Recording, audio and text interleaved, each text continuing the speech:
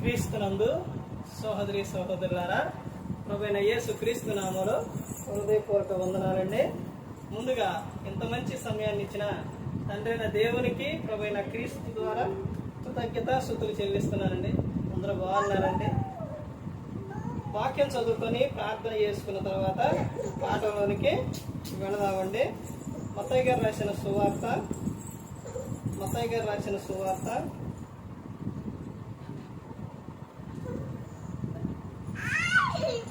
అధ్యాయం 1వ వచనం నుంచి.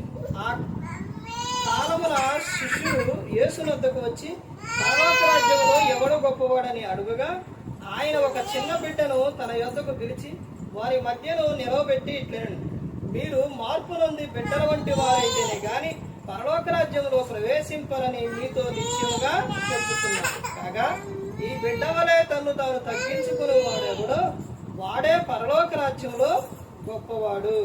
మరియు ఇలాంటి ఒక చిన్న బిడ్డను నా పేరట చేర్చుకుని వాడు నన్ను చేర్చుకును.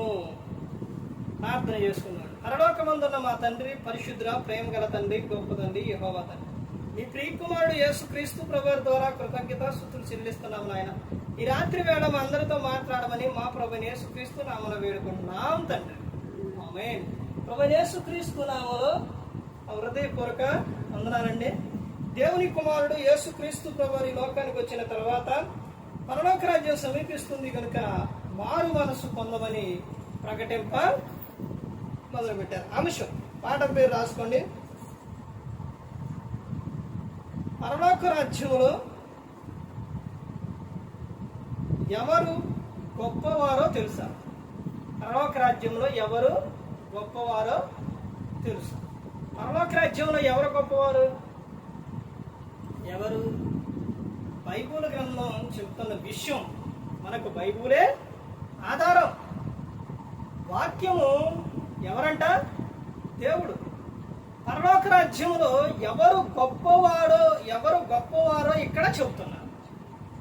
ఎవరు గొప్పవారంట? మత్తయి సువార్త 18వ అధ్యాయం 1వ వచనంలో, ఆ కాలమున శిష్యులు యేసు వద్దకు వచ్చి పరలోక రాజ్యంలో ఎవడు గొప్పవాడని అడుగుగా, ఆయన ఒక చిన్న బిడ్డను తన యొద్దకు పిలిచి వారి మధ్యను నిలవబెట్టి ఇట్లనెను. శిష్యులు అడిగారు. అడిగినప్పుడు యేసుక్రీస్తు ప్రభువారు చెబుతున్న విషయం అంటే వాళ్ళకి అర్థం అవ్వాలి కదా.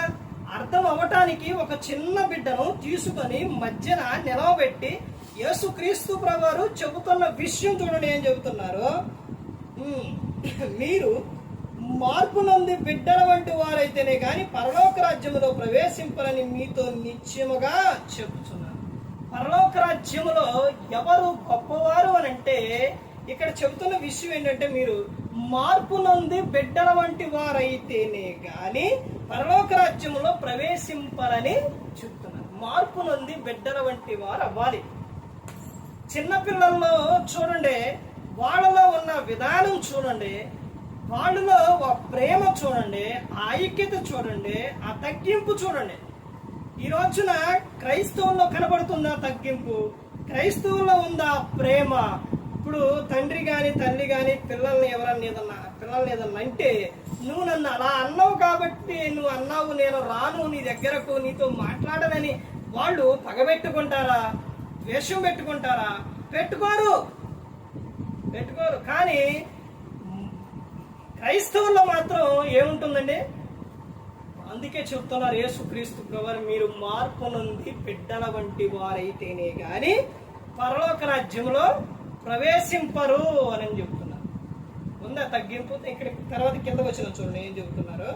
కాగా ఈ బిడ్డ వలె తను తాను తగ్గించుకుని వాడెవడో వాడే పరలోక రాజ్యంలో గొప్పవాడు.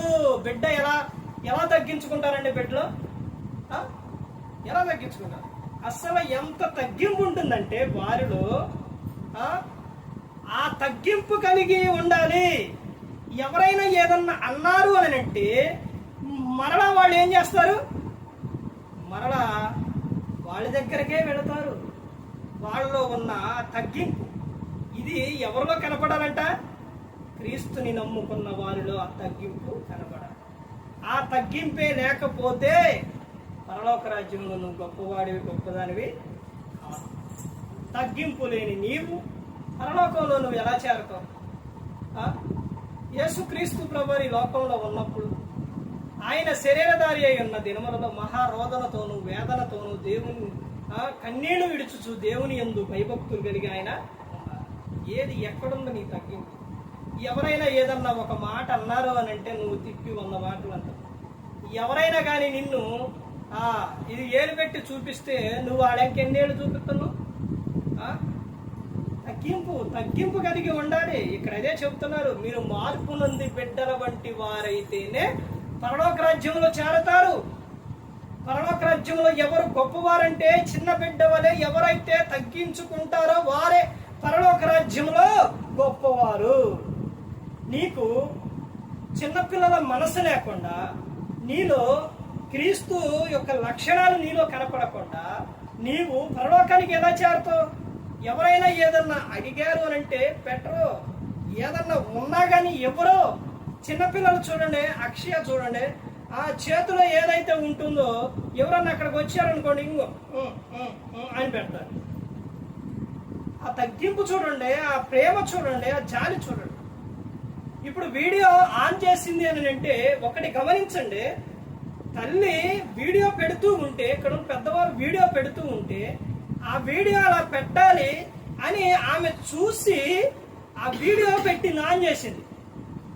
మరి ఈ రోజున క్రైస్తవుల్లోని ఇదిగో వారు మందిరానికి వెళ్తున్నారు, వారు ఆ పని చేస్తున్నారు, ఆ పని నేను చెయ్యాలి, వాళ్ళు ప్రార్థన చేసుకుంటున్నారు, నేను ప్రార్థన చేసుకోవాలి, వాళ్ళు పాట పాడుతున్నారు, నేను పాట పాడాలి, వాళ్ళు మందిరంలో పనులు చేస్తున్నారు, నేను పనులు చేయాలి అనే విధానం ఉందా క్రైస్తవులకి?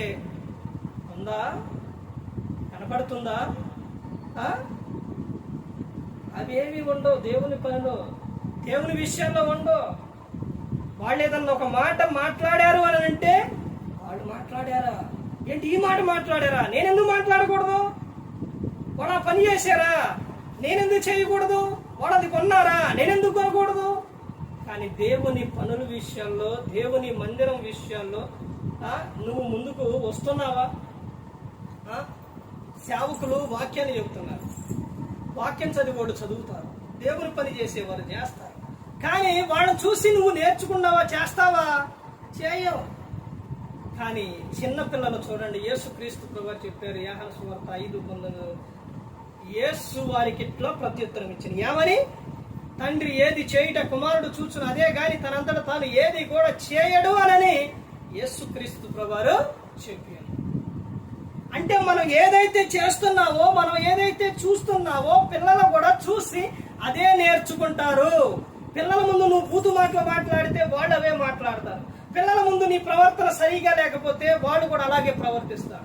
ఇప్పుడు అక్షయ వీడియో ఆన్ చేసిందంటే వాళ్ళ అమ్మగారు కానీ ఇక్కడ ఉన్న మామగారు కానీ వీడియో ఆన్ చేస్తున్నారు కాబట్టి, ఇదిగో వాక్యం చెబుతున్నారు, వీడియో ఆన్ చేయాలి అనే ప్రతిరోజు కూడా ఆ చిట్టి తల్లి చూస్తుంది కాబట్టి ఈ రోజున వీడియో ఆన్ చేసింది. అంటే ఏంటి? పెద్దలు ఏ పైన అయితే చేస్తున్నారో పిల్లలు చూసి అదే చేస్తున్నారు. ప్రార్థన చేసేటప్పుడు మోకాళ్ళు వేయటం, పాటలు పాడేటప్పుడు పాటలు పాడటం, తప్పలు కొట్టడం, తర్వాత ఇంకా వీడియో ఆన్ చేసేటప్పుడు వీడియో ఆన్ చేయటం, తర్వాత ముగింపు ప్రార్థనప్పుడు మోకాళ్ళు వేయటం. ఇవన్నీ కూడా ఎలా నేర్చుకుని ఇవన్నీ ఎలా వచ్చాయి అని అంటే ప్రతిరోజు చూస్తుంది కాబట్టి ఇక్కడ చెబుతున్నారు కదా, మీరు మార్పు నొంది బిడ్డల వంటి వారైతేనే పరలోక రాజ్యంలో చేరతారు. తర్వాత ఇంకా ఏమని చెబుతున్నారు అక్కడ మనం చూస్తే, ఇంకా కింద వచనాల్లో చూడండి ఏమని చెబుతున్నారు. మరియు ఎలాంటి ఒక బిడ్డను నా పేరట చేర్చుకుని వాడు నన్ను చేర్చుకును. ఎవరంట? ఒక చిన్న బిడ్డను మనం చేర్చుకుంటే ఎవరిని చేర్చుకున్నట్టనంట? క్రీస్తుని చేర్చుకున్నట్టు. కానీ చిన్న పిల్లలంటే ఈ రోజున చాలా మందికి ఎలా ఉందో తెలుసండి, అలుసు అంటే వాళ్ళని సరిగా చూసే విధానం లేదు, వాళ్ళని పట్టించుకునే విధానం లేదు, వాళ్ళు ఎలా పడితే అలా మాట్లాడటం, ఎలా పడితే అలా చూడడం. ఇవన్నీ ఏంటి? ప్రతి ఒక్కరు కూడా గమనించుకోవాలి, ప్రతి ఒక్కరు కూడా తెలుసుకోవాలి. ప్రతి ఒక్కరు కూడా ఈ లోకంలో దేవుడు చెప్పినట్టు, గ్రంథం చెప్పినట్టు ప్రతి ఒక్కరు కూడా చేయాలి. యేసుక్రీస్తు ప్రభువుకి పిల్లలంటే చాలా ఇష్టం. అందుకనే పిల్లల అంటే వాళ్ళ మధ్యలో నిలబెట్టి, చిన్న బిడ్డను తీసుకుని మధ్యలో నిలబెట్టి, మీరు మార్పు నొంది బిడ్డల వంటి వారైతేనే పరలోక రాజ్యంలో ప్రవేశిస్తారు. తర్వాత నువ్వు పరలోక రాజ్యంలో గొప్పవాడిగా ఉండాలంటే తన్ను తాను తగ్గించుకున్న వాడే, ఈ బిడ్డ వల్ల ఎవరైతే తగ్గించుకుంటారో వారే పరలోక రాజ్యంలో గొప్పవాడని యేసుక్రీస్తు ప్రభువారు చెప్పారు. అలాగే ఇలాంటి చిన్న బిడ్డనన్నా చేర్చుకున్నవాడు నన్ను చేర్చుకును అని చెప్పారు. అందుకని ప్రతి ఒక్కరు గమనించుకోవాలి, ప్రతి ఒక్కరు తెలుసుకోవాలి.